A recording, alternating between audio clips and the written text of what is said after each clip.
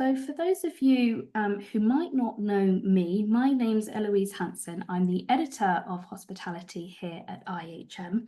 That gives me boutique hotel news and service department news. BHN is a global trade multimedia platform which covers the global boutique, lifestyle and luxury hotel sectors.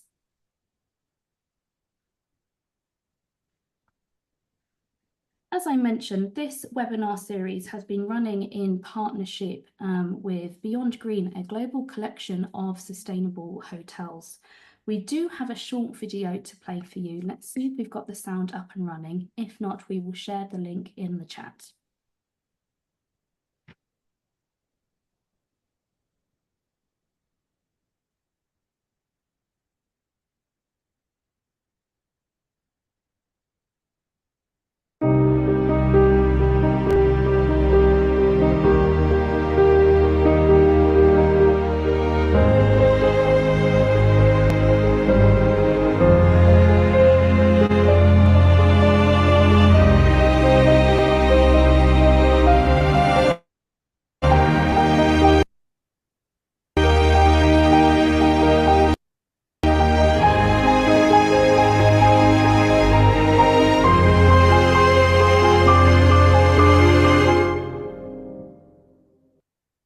And more details about Beyond Green have been popped in the chat there if you would like to learn more about the brand. As I mentioned, we have a second sponsor as part of this series, Ruckus, a provider of wired and wireless networking equipment. Once again, we have a very short video to play for you.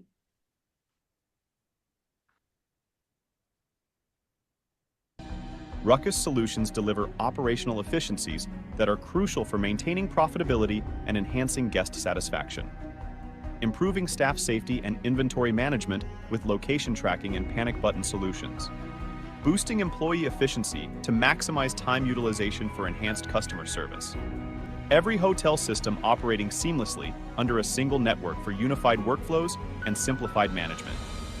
Ruckus solutions empower hospitality businesses to reduce their environmental footprint, conserve resources, and contribute to a more sustainable future. Reducing energy costs with IoT-enabled thermostats for sustainability and enabling remote monitoring and control of building systems and equipment. Designed to support current and future standards, protocols, and technologies, all fully backed by the expertise and support of a leader in hospitality solutions. Optimize every hotel with always-on Wi-Fi, smart technology, service efficiency, and customer loyalty, and sharing their experiences with others. So you can improve occupancy rates, RevPAR, and guest satisfaction scores. It's time to differentiate your property, minimize costs, and drive revenue performance. Unlock the future of hospitality with Ruckus Solutions. Further details about Ruckus have been popped into the chat there, and I'll just add here that all the videos that we are playing today we will include in the follow-up email with this webinar recording, so you'll be able to view these videos in your own leisure at your own time.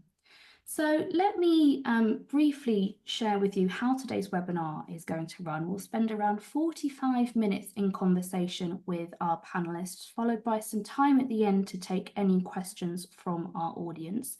So if you do have any pressing questions, I suggest you act quick and you act fast. Do submit these using the Q&A function at the bottom of your screens, and I will get round to asking those as and where relevant. And as I mentioned, this webinar is being recorded. Everybody that has registered will receive a copy of that recording within 48 hours. So let's meet our panelists for today. And I'm going to ask each to introduce themselves as per the PowerPoint slides on your screen. So let's kick off with Stefan. Over to you and welcome. Thank you very much, and good afternoon, everyone. So my name's Stefan Wissenbach. I'm the founder of a business called Empowered. Organizational culture is my passion. I've been doing this for over 30 years now, and reminded of that quote from Winston Churchill, who said, "Find a job you love and it'll never work again. Most days that's true for me. We've analysed over 20,000 culture assessments and millions of employee comments to discover a bit of a code in terms of how you measure and understand the culture in an organisation. Coming out of the pandemic, we decided to focus on hospitality as a sector for 3 reasons. I believe we're entering a golden era. As technology continues to dehumanise, humans will crave human connection, and hospitality is well placed to provide that both in the workplace and for the guests. I also saw the hospitality sector we're working with getting incredible results out of the 70 sectors that we originally worked in. And it's such a wonderfully connected sector and a sharing community. So our focus is making culture easy to understand, measure and improve. Our vision is 1 million hospitality employees measurably more engaged and happier at work by 2028. Thank you, Stefan. Tina, over to you and welcome. Thank you. Good afternoon, everybody. My name's Tina O'Hara. I'm the Commercial Director for Cairn Group, and Cairn Group are a UK owner-operator hotel chain. We work with some of the large international brands as franchisees, and my role within commercial is to look after our sustainability goals, values and accreditations. Exciting, looking forward to learning more. And Willie, over to you and welcome. Right, thank you so much. Thanks, Eloise, for the invite, and hello, everyone. My name is Willie Legrand. I'm a professor at the IU International University of Applied Sciences that's located in Germany. I come from a geography and corporate environmental background, but I actually grew up on a farm.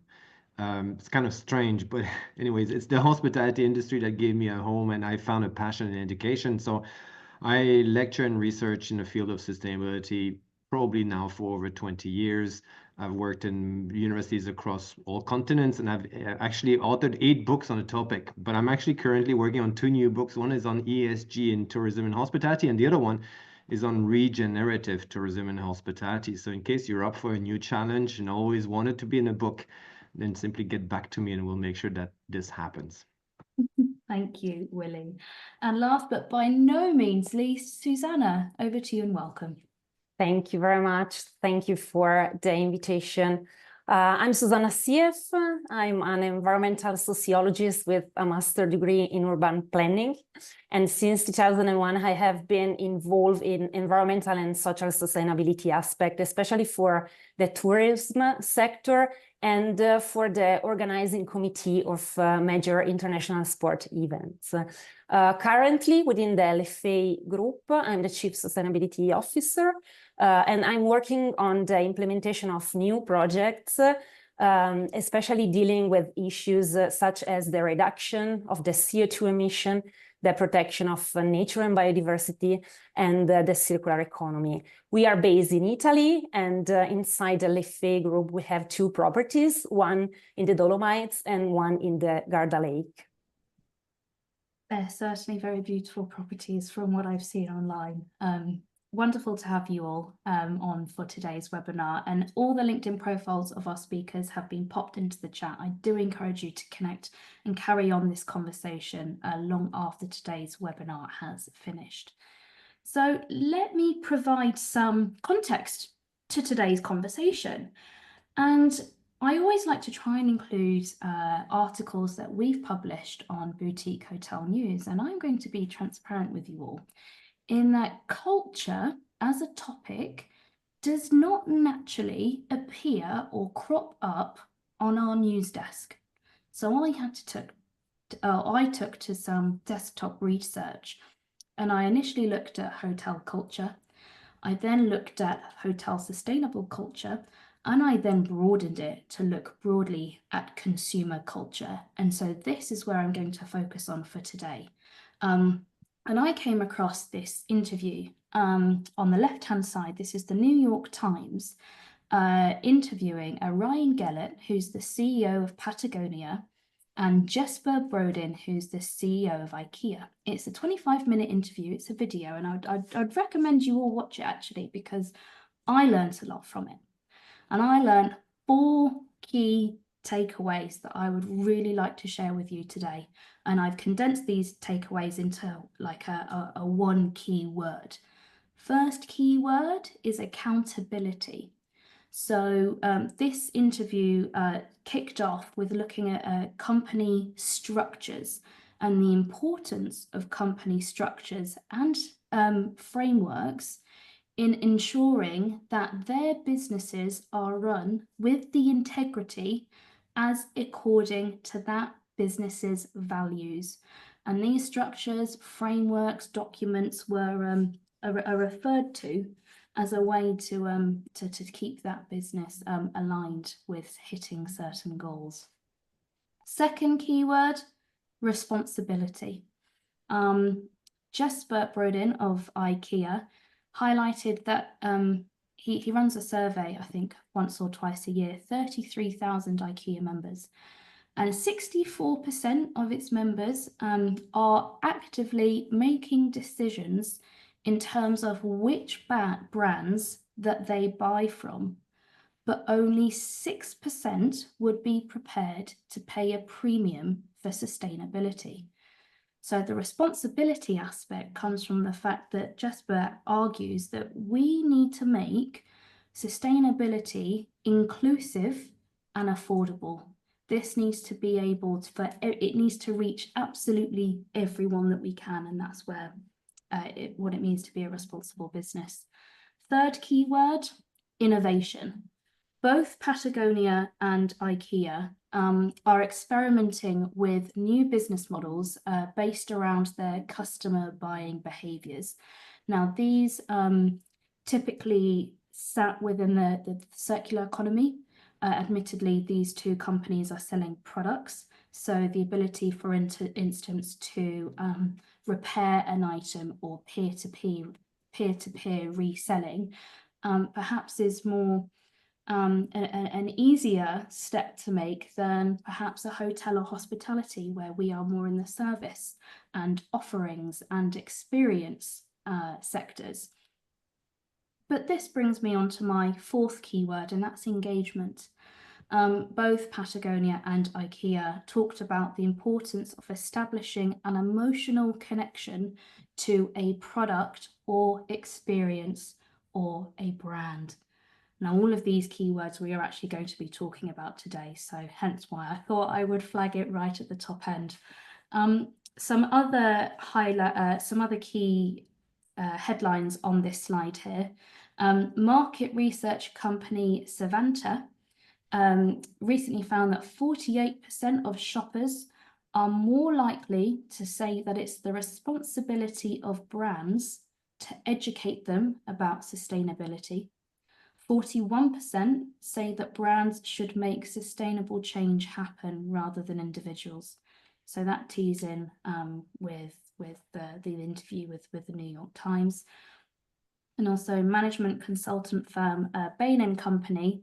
I'm going to quote from a piece of research that they called the sustainability puzzle. What do consumers really want? So Bain & Company say, the best companies will consider how their offerings will help consumers live more sustainably, not just buy more sustainably.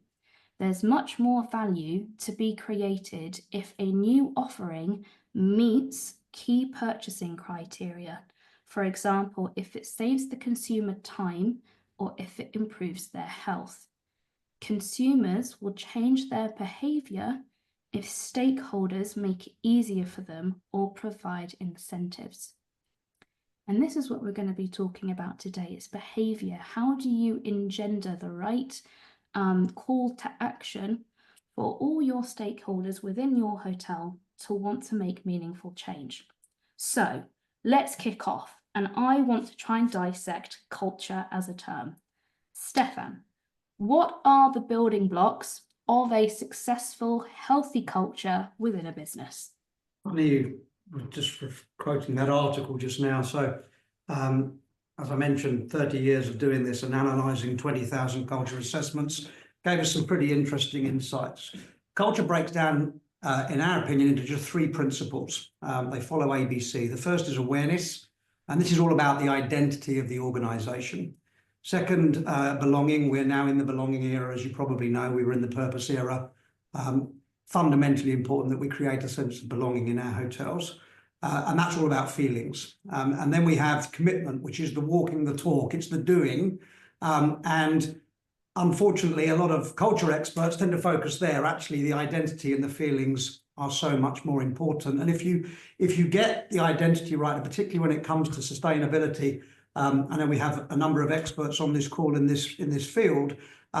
We've worked with a number of clients where sustainability is right at the core of their DNA and what they want to be known for. Well, it's critically important that becomes part of the identity that the employees connect with and feel a sense of belonging to. And the 6 building blocks, or the things that we measure, are the extent to which employees are aware of the identity of the organisation. And spoiler alert, for those of you on this call, 97% fail on this metric. It's one of the most common points of failure, but it's one of the easiest to fix. The second is, how much do they care for what you stand for? So alignment. Thirdly, how are leaders supporting culture? We don't earn the right to ask employees to step up if the leaders are not. How engaged are the employees? It's a byproduct of getting the first 3 right. And then accountability, Eloise, you mentioned it just now, how willing are your employees to display accountability, show up and bring their A game when it comes to supporting the culture in your hotel? And finally, very important, not in priority order, how valued do they feel? In the belonging economy now, we have people need to care for what you stand for, and they need to feel cared for. If those things are true, belonging exists. So those are the 6 and the 3. Get those right, and it's actually very easy.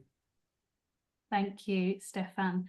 Let's now bring this, now that we have an understanding of what a healthy, successful culture might look like, I'm curious to see how this is playing out at hotel level. And Susanna, I'd like to come to you next, please. I mentioned during my context that company structures and frameworks play a really important role when it comes to setting those goalposts and being held accountable when it comes to reaching certain goals. And being on the Lefay website, found your code of ethics and sustainability manifesto, and I'm just curious behind the decision-making process behind that. Why was it important for the company to publish these 2 documents, these 2 frameworks, and how are you using these documents as a tool to actually drive action? Yeah, actually, it's so important to publish this kind of documents to really share with the stakeholders and the guests what we are doing. The Code of Ethics really focus on promoting legality, transparency, the social responsibility, so values that really define the Lefay Resort Group. You mentioned DNA, and it's really in our DNA. And there is then the Sustainability Manifesto, which is first published last year. And it's a simple and direct document that lays out the principles behind the company's goals. And it's all about creating a corporate culture that committed to social and environmental responsibility, as you mentioned before. So again, culture and responsibility. And in my opinion, these 2 documents are helping Lefay to share its core values with stakeholders, making a positive impact on them, encouraging them to have responsible behaviors while preventing any unethical and illegal actions. When you share your company's ethics with stakeholder, it builds trust. And trust is a key factor, especially when it comes to attract new talents, so your employees. This is especially true for the younger generation. They care a lot about ethics and fairness. And let's be honest, if your team is happy and motivated and really committed, your guests will feel this. Happy staff means happy guests. And we have an average of 95% guest satisfaction rate for years. this means that it's working. So really work with the staff, for the staff, is something that you can see in the guest satisfaction. Lately, more and more travelers are deciding and choosing to stay in places that prioritize ethics and environmental responsibility in their business. So in the end, both the Code of Ethics and the Sustainability Manifesto for us act as a solid foundation and laying out our rules and principles that really shapes the LFA business strategies. Thank you, Susanna. We'll come back to how these are being, implemented when it comes to training and programs. And, as a reference point, I think it's important to have black and white. I mean, as hoteliers, we are now needing to report more and more on financial and even non-financial aspects when it comes to sustainability. So why not have something in black and white when it comes to culture, ethics, and future goals? Tina, let's talk about workforce here, because this is what culture is about, right? It's empowering and inspiring your workforce and others, admittedly, to take action. So what steps are you taking to empower your workforce when it comes to sustainability, especially over such a wide and broad portfolio? Yeah, absolutely.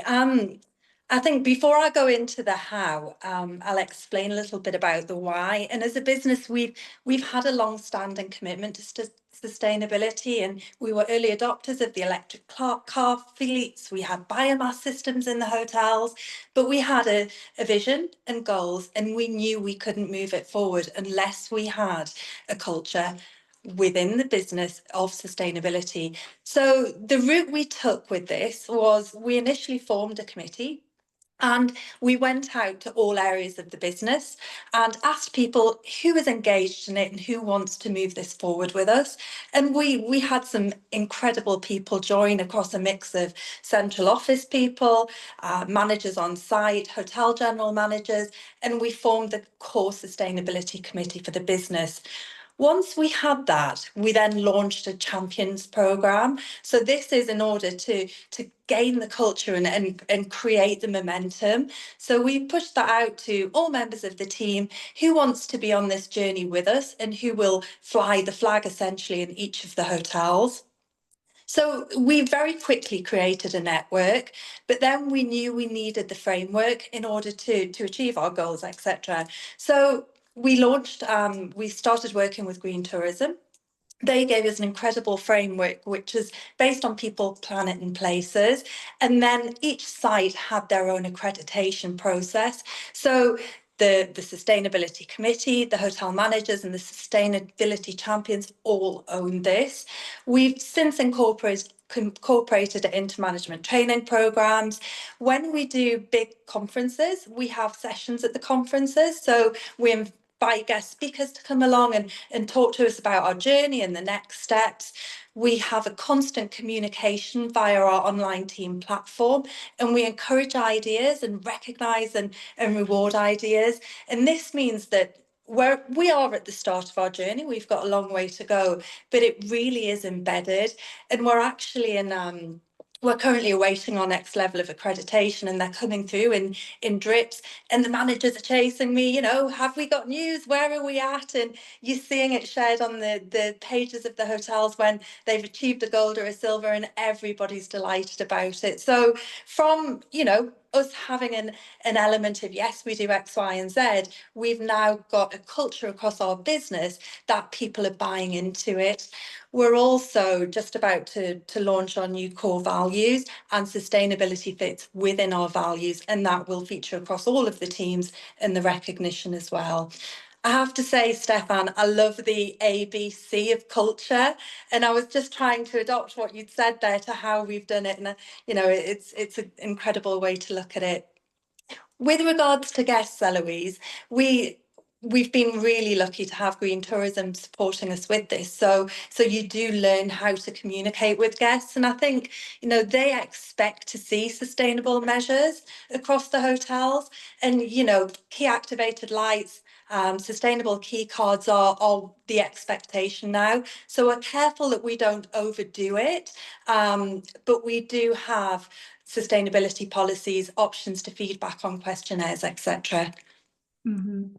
It's certainly, I mentioned earlier about the consumers now are looking to brands to help educate them on sustainability. And I think, Willie, we had a conversation about incentivizing guests when it, how do you, with the knowledge that you have, how does one balance doing the right thing for the right purposes?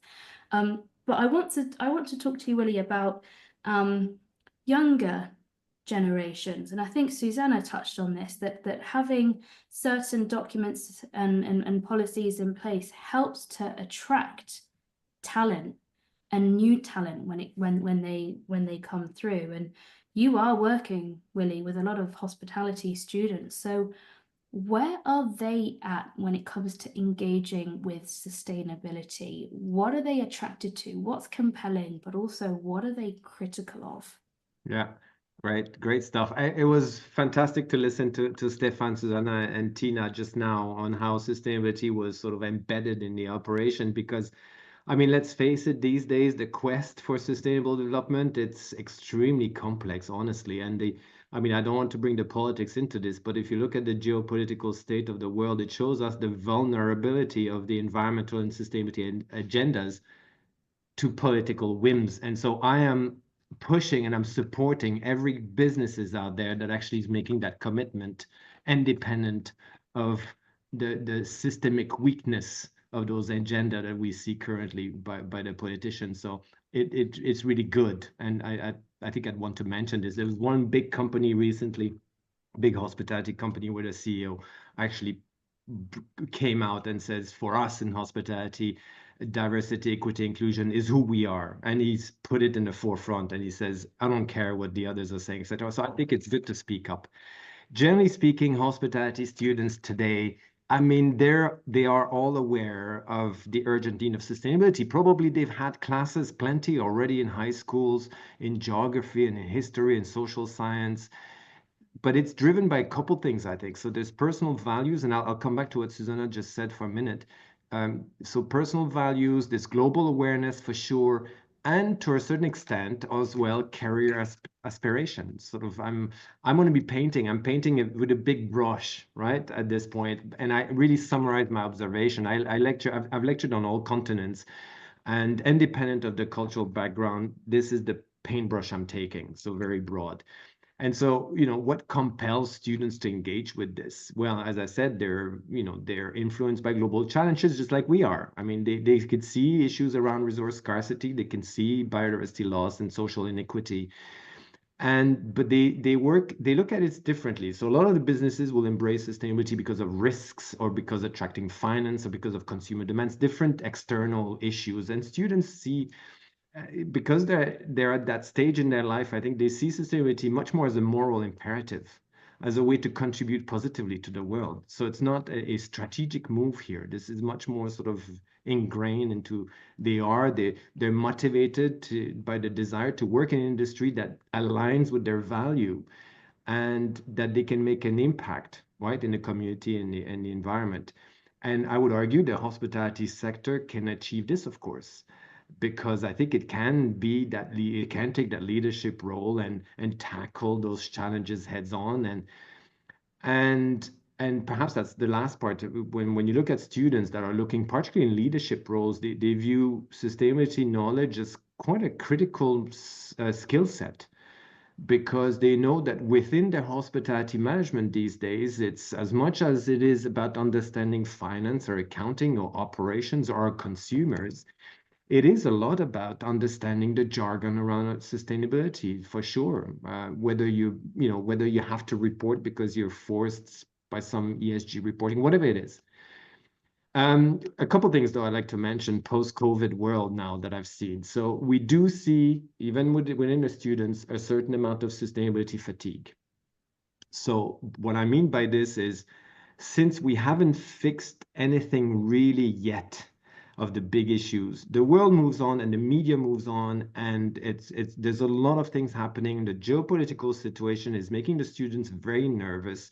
And so, you know, I have a feeling now, the last year or so, that sustainability, while it's still very important, for some of them, it's almost becoming a second-ranked topic. And that's really problematic because the real work on sustainability, and I think Tina will agree with me, that it's still very much in front of us. It's not behind us.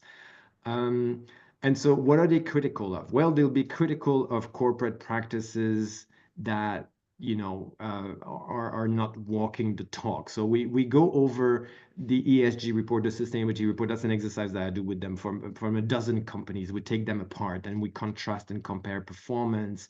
And you can see the students, right? They are similar to many informed consumers.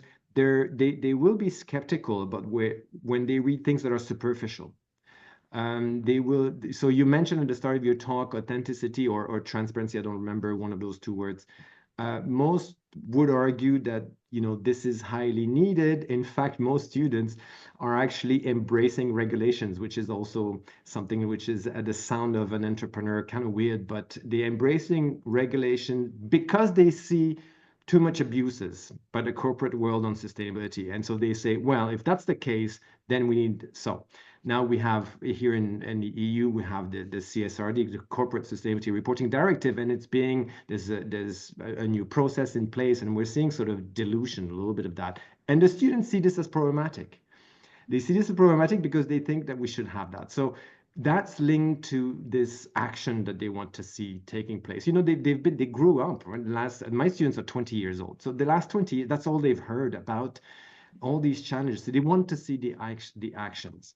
And they don't want to be sitting around and having companies that are talking, but they don't really have the long-term solution, etc. And the last thing perhaps I want to mention, I don't want to go too long, but on a lot of the students will be looking at not only the environmental pillar, but increasingly the social pillar, because of course it's their industry. So they are looking at the general working condition, hospitality, they are looking at wages, they are looking at opportunities, they're looking at all of this, but also in terms of, you know, how do they work with the supply chain? So they will be critical of companies that don't look at those things. And that's the link to Susanna here, because, you know, what will they be looking for? They're trying to align a little bit what they want to see in a company with their own personal values. And maybe if I have 1 minute, one of the things that I asked them in class, I have a big board and I ask them, listen, who are the big drivers of change when it comes to sustainability? And I give them a bunch of options that they can choose from. And I have the consumers that are drivers of change, and I have the businesses themselves that are drivers of change, or the governments through regulations, or the future generation, or the NGOs, etc. This is such an interesting exercise to see the shift in 20 years of who they think are the change makers when it comes to sustainability. Because of course the students, most of them are in business schools, so you know they see the consumers as being the biggest driver of change. And they see then, depending, either the consumers, the government, depending a bit on the culture. So if there's a high trust on the governmental institution, the government will, but the students see the consumers, and they see the hospitality businesses often third or fourth in the list. And I'm shocked, and I tell them, listen, the hospitality business are the innovators. They're the one taking the actions. They're the one, but they right, they're a bit skeptical. So they don't see them as big change makers. They would like to see them as change makers and drivers, but they tend to rank them a bit lower. And I find this interesting, and I have a huge debate with them about this. And maybe that's a bit of a wake-up call for us in hospitality. Yeah, I would agree with that actually, and we are keen to speak with those innovators that are pushing the boundaries, challenging the status quo. In fact, if there is anybody listening to this webinar right now who's keen to share some examples of either what they're doing on property, or perhaps who they admire in the industry, or what they've seen elsewhere, please do share, because we can't press forwards if we're not sharing our own knowledge. Going back to this point of being transparent. Susanna, you highlighted it to build on then from what Willie's said about inspiring and motivating younger generations. How can hoteliers now best prepare to meet the new expectations and demands of employees and consumers, all within the field of making sure that you are setting the right culture in order to attract said employees or consumers? Well, these days, if we speak about consumers, most guests choose their destination based on reviews and the tons of information they can find on internet. But the time they arrive at the resort, they usually have a pretty clear idea of what to expect, from, I don't know, the decor to the dishes served at the restaurant.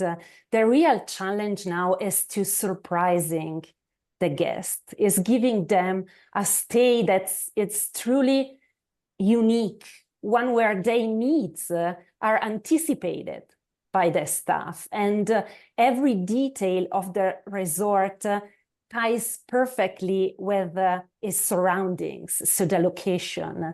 It's about creating experience and go beyond what photos and the posts can capture. For us, for example, making a real connection with the local area and showing our genuine commitment to its preservation. It's part of the guest experience, making them feel like they are part of something bigger and they can take something from home. So this cultural effect we are looking for. At Le Fay, we provide guests with the Green Book. It's a digital tool designed to help them make their stay and the future visits more sustainable, for example. But just like guests, employees today also want to feel connected to the brand and part of a larger project. It's not only their job, it's the broader project. And in this case, we are really working for our staff with not only regular paycheck and good benefits. They are not longer enough to keep talent. We believe that continuous training is key to raising awareness among our team. Every role plays an essential part in delivering an excellent service. And with this targeted training program, we aim to enhance each person's skills and nurture talent, also by facilitating this internal role progressions, so they know they can really grow inside the structure. It's not something, you are stuck, but if you are part of the family, you can grow inside the family. Employees' loyalty has become a sensitive issue in recent years. Work-life balance is a mantra for the young generation, and definitely they see and they see the true satisfaction between personal life and work can only happen if in a company that values every aspect of a person, from their professional talent to their health and balance between work and family. So for this reason, starting from 2022, we launched a specific project for our employees. The name is Be Le Fay, and is to support this vision. And we have also a certification, the Top Employee Italy certification. So we are among the most virtuous company in terms of working condition, benefits, trainings, career plans, investment, and human resource policies. And this helps a lot to keep the talent inside the structure and to grow together. Building on your point of growing together, Susanna, you mentioned something that it's important to anticipate needs and to almost go one step beyond and surprise. And I find this it's almost like a paradox, right? In that you have certain standards that you might train within your hotel, but then you also have to empower your staff members to sometimes break away from certain standards in order to surprise and delight. It's giving them the autonomy to make the right decision. And I'm just curious as to how are you training your staff members that truly gives them a sense of purpose, that they have the flexibility to go beyond when they feel like it. Susanna, can I stay with you for a moment on this one? And of course, Tina, if you're willing to chime in, please go ahead. Well, Susanna, so how are you using your training and education programs with your staff members to truly give them a sense of purpose when it comes to anticipating guests' needs and giving that level of service? Yeah, they have, we have a lot of mystery audits, for example, so they can have this kind of feedbacks, and we can use this kind of feedbacks to help them to really understand the needs of the customer and to anticipate. And inside our training, they can be a guest. So they can go in the other structure. We have two property. So they can go in the other property and be a guest for 2 days. So this helps a lot to really, be on the other side and then have all the feelings and the information to work in a proper way when you are an employee and you have to react to a guest's expectation. Mm-hmm. Stefan, I'm actually going to bring you in here because there is something to be said here about initiatives, on-property initiatives, mystery audits, training programs, education programs. And I think you highlighted right at the beginning that 97% of clients fail at the awareness. Was it the awareness? Mm-hmm. When those scores come back and there's clear areas for improvement, what have you seen amongst your hospitality clients where hotel groups of brands have improved their culture scores with these on-property initiatives? What has helped? Well, there's three things I'll share with you. One, I feel very passionate and very strong on. It's something that I do a lot of keynote speaking in the hospitality space. I'm often in front of several hundred hoteliers, and I tell them all off because it's become ingrained in our vocabulary in hospitality to use the word industry. And if you look up industry in the Oxford English Dictionary, it says factories and work. And if you look up the word profession, it describes everything that is true about this incredible profession where you get to travel the world, learn new skills and grow. And I think if we're talking about building a strong culture and we want to win the war for talent, words are pretty important. And so it's an interesting mindset shift. I've often sort of in the audience picked out, and I could do the same today if we had time, and say, tell us your career through the hospitality profession. And no end of GMs and hospitality leaders and even owners of hotel groups have built incredible careers. The second thing is this focus on vision, mission, purpose, and values. I was talking to 352 hospitality CEOs in Dubai just recently, and I asked them, how many of you think you've nailed this? And pretty much every hand in the room went up.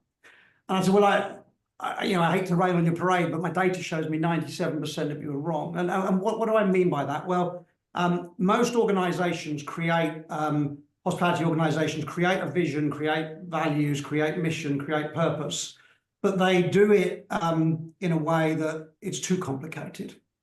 It needs to be simple. It will not be remembered by the employees if it's not simple. You have to keep it simple. And getting it simple, first of all, so rather than it being a mission statement that runs to 2 pages, you have to be able to condense these things down. And we find that even if they have done a great job, they're often words on a wall or words in an employee handbook. If if I walk into a hotel, by the way, I stayed at the Le Fay Hotel in the Dolomites. In fact, I even paraglided down the mountain after having done my keynote. What a beautiful resort you have, and what a wonderful team. But when you go into a hotel as a guest, you know when it's connecting, and it's that in awareness, vision, values, purpose, and mission are in the head. That's the first game to win. And if I walk into most hotels and I say, what are the values here? What's the vision? You know, what's the purpose? What are you here to do? And what's your mission? What makes you special or unique? The employees normally can't tell. If they can tell you, then it's awareness is nailed, and then it gets much easier, because belonging, what's in the head moves to the heart. So not only are they aware of what we stand for, and if sustainability is one of your things that you really stand for and you're passionate about, first of all, get them aware of it, then secondly, get them caring about it by giving them reasons to care. And as was mentioned just now by Willie, the younger generation that would love to work in a profession, not an industry, they are much easier to connect to this than perhaps some of the older generations. And so for me, it's about using the right language, focusing on keeping it very simple so that your vision, your values, your purpose, your mission are known by everyone, and then put your energy into moving the vision, values, purpose, and mission to the heart, and look after your team members. And our clients that do that, as Susanna just said just now, money becomes a problem if it's unhygienic. But once it's hygienic, there's so many other factors now that come into play that drive employee retention. But simply, if there's one message that I really want to share with everyone, it's you have to keep it simple. There's not a week goes by where we don't meet a hotelier that's done a great job, but it's just too complicated and the employees are not connecting with it. Get it connecting first, and it makes life so much easier. Thank you, Stefan. Let's come back to Tina, because we were talking there about empowering workforces, and how do you make sure that they are aligned with your vision, aligned with your values, and have the autonomy to act on that as they see fit. And I think Willie mentioned that younger students are now, we've got the E in ESG down, but it's the social side, and then maybe the governance that they're tuning into. How are you addressing the social equity and community well-being within your portfolio? Yeah, to be fair with you, this is one of the elements that we've launched that we have seen incredible engagement with, and we have a monthly initiative across all of the 30 sites that they need to work within their local communities and support them. And this isn't driven by a general manager, this is driven by the teams in the hotels. And we've seen them out there with regards to litter picking, their dog walking at the local animal sanctuaries, with supporting at the local shelters. And this is now something that's ingrained into what we do. We have a quarterly newsletter, and we're almost inundated with so many amazing photos and stories that, you know, we can't get them all in there. And that's something that we've always done a little bit of, but going through our sustainability journey, it's really resonated with the teams. And even when I mentioned earlier about our company conferences, when we do a company conference, we will do an initiative at the end of it. And quite often it's the general managers or the commercial leaders out there litter picking within the local area to offer something back. So it's really gathered momentum, and people are rewarded and enjoy doing it. Yeah, I would agree. Thank you. Willie, let's bring you back in here, because there is something to be said here about what you can do on property versus what you can do off property. And Tina mentioned, you know, off property initiatives and you know, bringing the community in. And I think we talked off camera about carbon offsetting programs, and how does one source something that is credible, right? What would be your advice to hotel operators to ensure that they are sourcing credible partners that they can work with offsite? So I get this amazing question. I don't know. This is the tough one. It's a tough question you've asking me here. Carbon offset, of course, have become a popular tool for companies, including the hospitality sector for sure. But as you've seen in the news over the last few years, their effectiveness and credibility are, I don't know, under scrutiny. There's an article, I think it's in The Guardian in 2023 about the Vera offsets, which are really problematic. You probably have come across that. So, you know, carbon offset, I mean, just for everyone that's on there, you probably all know, but anyways, carbon offset allow polluters to offset your emissions by funding projects that either reduce or remove those greenhouse gases elsewhere. So these projects, you know, could be reforestation or renewable energy installation, perhaps carbon capture technologies, etc. And of course, the idea is that you're investing in these initiatives because the companies then compensate for your own emissions. For hotels, carbon offsets, I guess that could be part of a broader sustainability strategy, but they should definitely not be the primary focus. What I mean by this is that hotels should not use carbon offset as a substitute for anything that is primarily for making real emission reduction. Yeah, so only the hard to abate emissions that you think it's very difficult for me to reduce those or to get rid of those, then you should be encouraged to buy offset, because offset is linked to another topic, which is, this is all, however, a problem. I'll come back to this in a minute, but you know, a lot of the offsets is linked to another topic, which is keeping existing forests standing. And this is a vital component since forests are a carbon sink.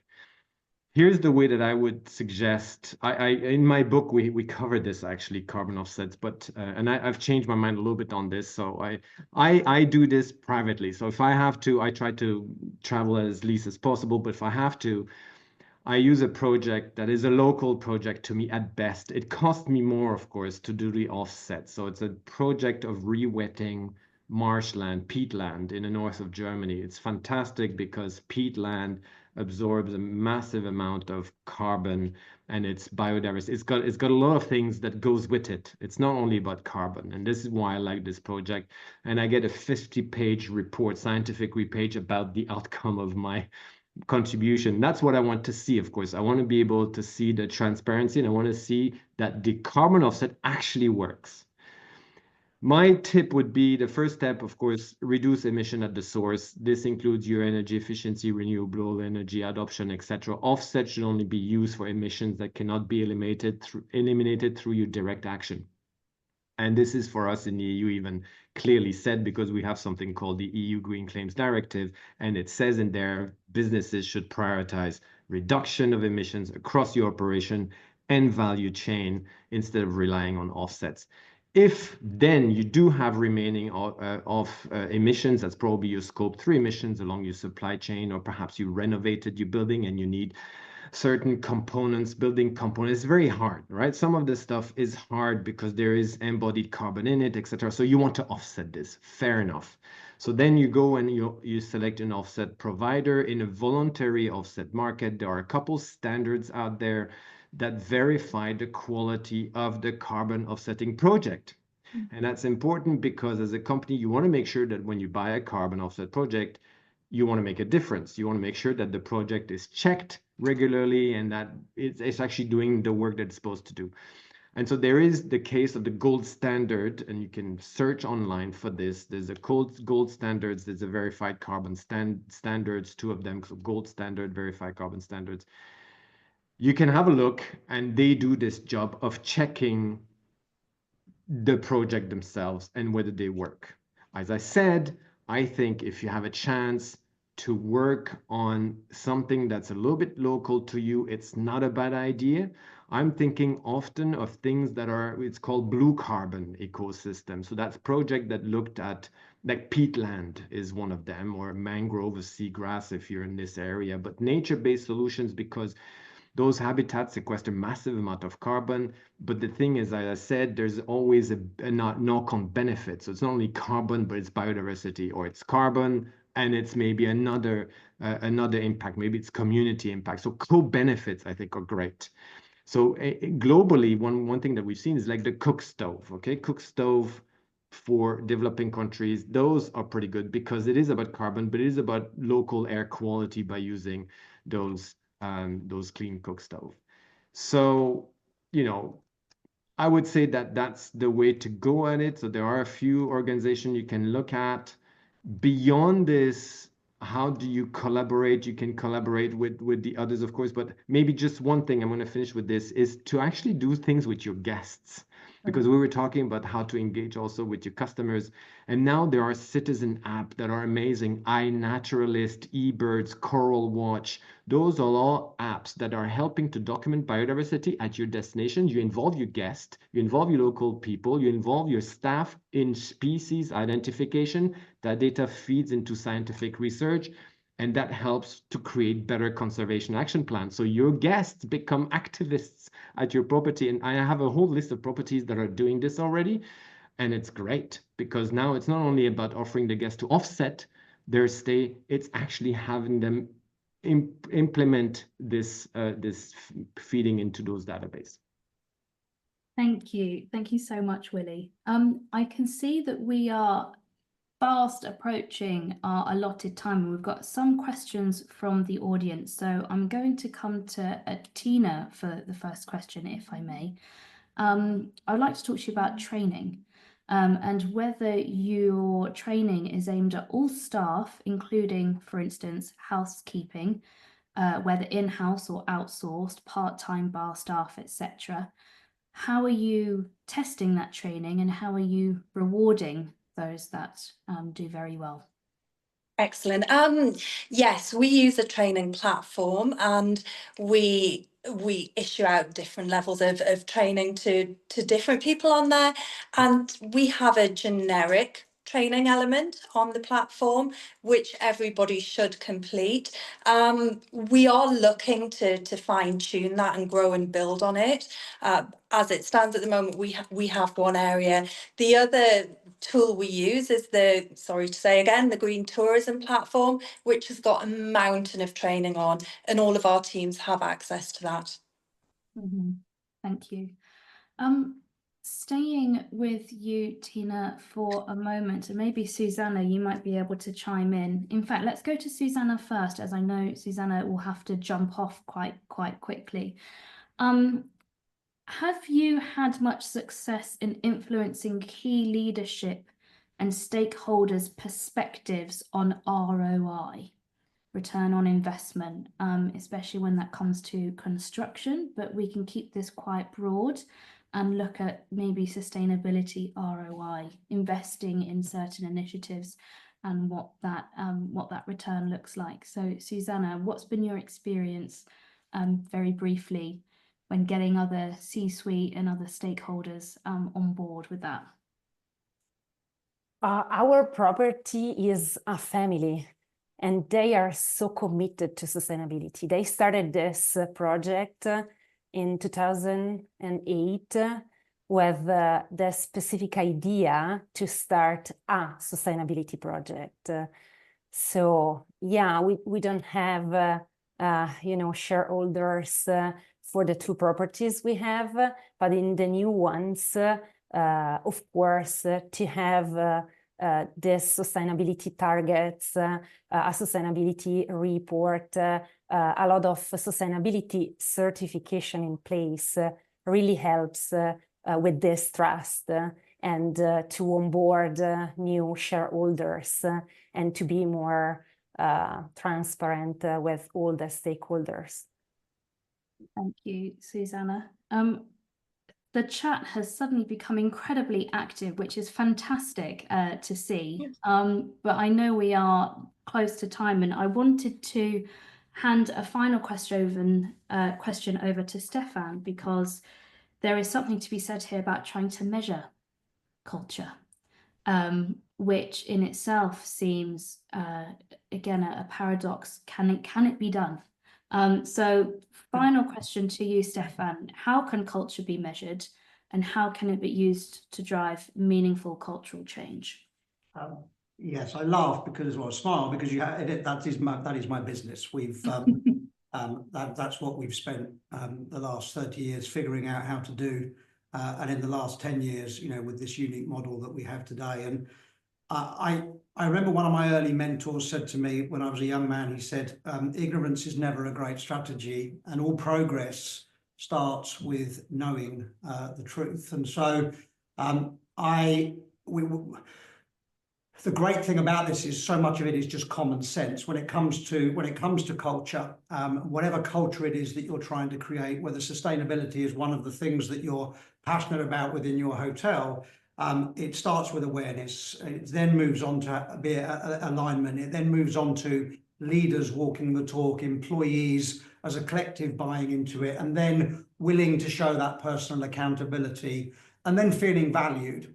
And those 6 elements can easily be measured in any hotel, in any business, in fact, by asking the right questions and understanding how the team members feel against those 6 elements. And then it becomes very clear on where you need to take action.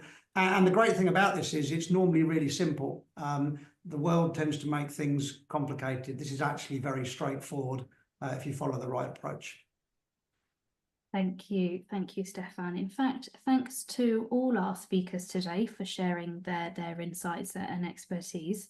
I've just got some closing slides that I would like to run through before I say a final goodbye, but we're going to keep this webinar open right at the end, just so that our audience members can follow up on any of the conversation discussion points in the chat, but also any links that we have shared throughout this conversation.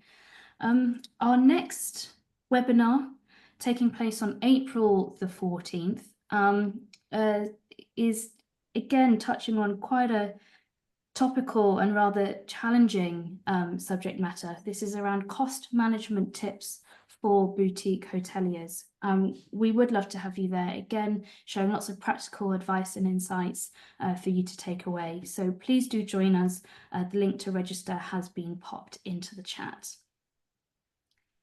And on Friday last week, we extended the entry deadlines to the Global Serviced Apartment Awards.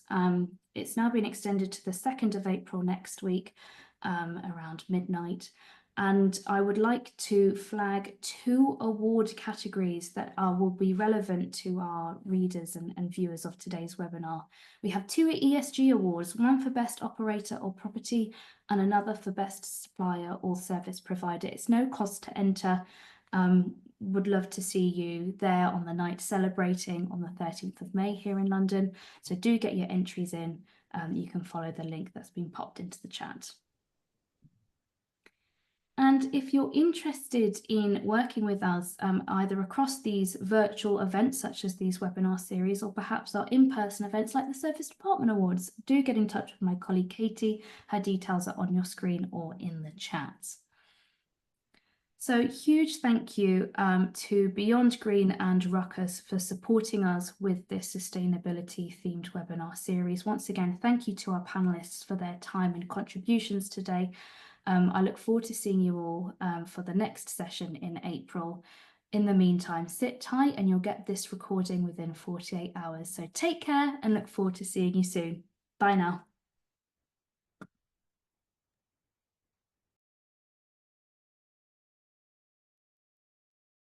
Hello, we are International Hospitality Media, or IHM for short.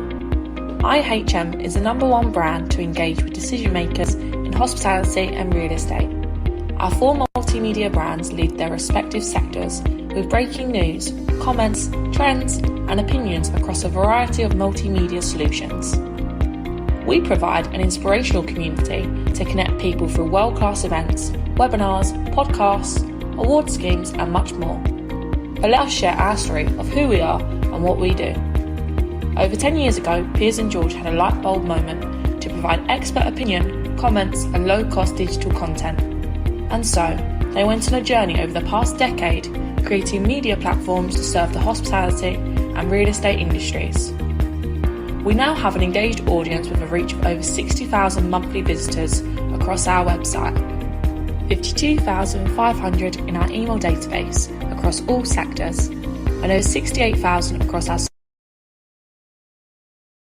social channels. Everything we do in Thinking Differently. We make things simple and very easy to work with us, and we're a friendly bunch too. We offer creative solutions to help you achieve your business goals. Read, watch, listen, and meet with IHM. Connect with us for a chat today. Just look at some of the brands we have worked with recently.